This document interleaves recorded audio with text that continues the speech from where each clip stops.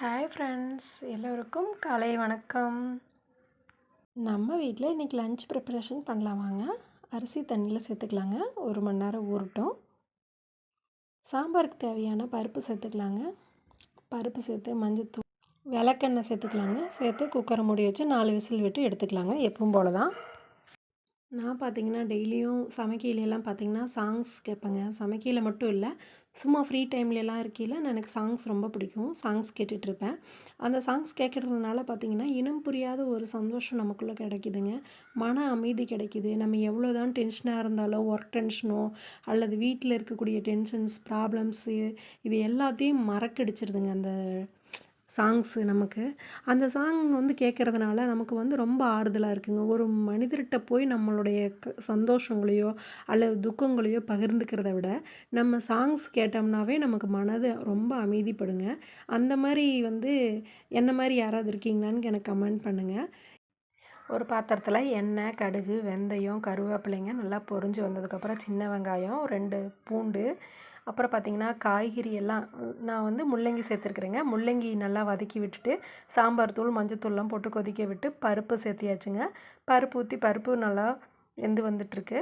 இந்த ஸ்டேஜில் நான் புளி சேர்த்துக்கிறேங்க. புளி சேர்த்து நல்லா கொதித்து வந்துட்டுருக்கு. சாம்பார் அந்த பக்கம் ரெடி ஆகிட்டுருக்குங்க.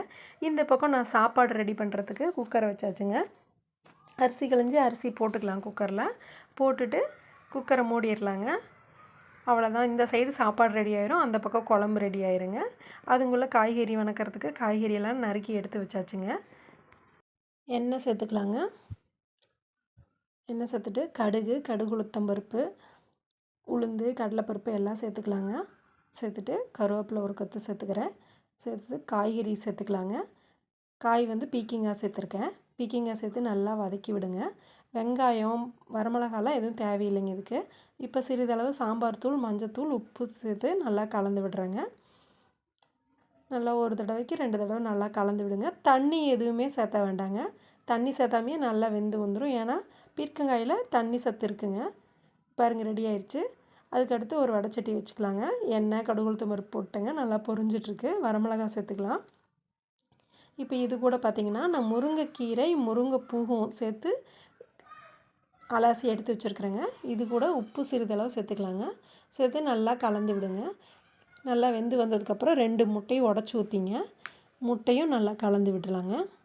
ஒரு 2 நிமிஷம் விட்டுட்டு கலருங்க. அப்போ தான் பார்த்திங்கன்னா உருண்டு உருண்டு நல்லா மொட்டு மாதிரி இருக்கும். நல்லா இருக்குங்க சாப்பிட்றதுக்கு. இல்லைன்னா களி மாதிரி ஆயிரும், நல்லா இருக்காது. பாருங்கள், நல்லா உதிரி உதிரியாக எப்படி ஆயிடுச்சுன்ட்டு. முருங்கைக்கீரையும் முருங்கைப்பூவும் முட்டையும் சேர்ந்த பொரியல் தயாராகிடுச்சுங்க. இப்போ பார்த்திங்கன்னா இந்த சைடு முருங்கைக்கீரை ரெடி ஆயிடுச்சு. அந்த பக்கம் பீக்கிங்காய் பொரியல் ரெடி ஆயிடுச்சு. சாம்பார், முள்ளங்கி சாம்பார் ரெடி ஆயிடுச்சு. சாப்பாடு ரெடி ஆயிடுச்சுங்க. அவ்வளோதாங்க. எல்லா வேலையும் முடிச்சுட்டு அடுப்பெலாம் க்ளீன் பண்ணி வச்சுட்டு பாத்திரம்லாம் கழுவி வச்சாச்சு. இப்போ வாங்க சாப்பிட்லாம். எப்படி இருக்குன்னு பாருங்கள். பார்க்குறதுக்கே சாப்பிட்ணுன்னு தோணுதா?